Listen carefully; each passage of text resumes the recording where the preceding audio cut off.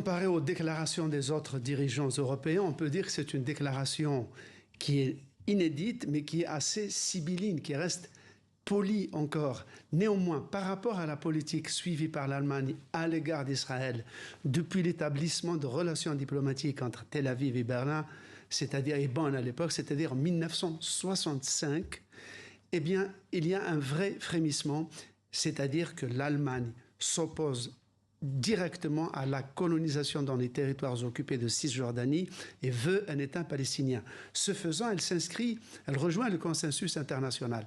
Mais c'est un chemin qui est poussé par un débat à l'intérieur de la société allemande.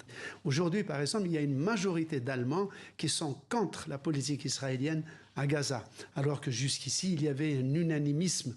Il y avait même, on pourrait dire, ce que les Israéliens appellent un pro-israélisme expiatoire, c'est-à-dire vu ce que l'Allemagne avait fait lors de la destruction des Juifs d'Europe, Israël avait une sorte de blanc-seing et devait faire ce qu'il voulait.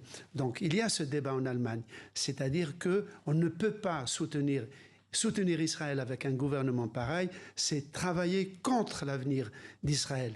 D'où ce frémissement qui se traduit par cette déclaration qui a l'air sibylline, mais qui a en fait un fléchissement vers plus de fermeté. Le décryptage de Slimane Zigudur suite donc à cette déclaration du chancelier allemand Friedrich Merz. Merci beaucoup Slimane.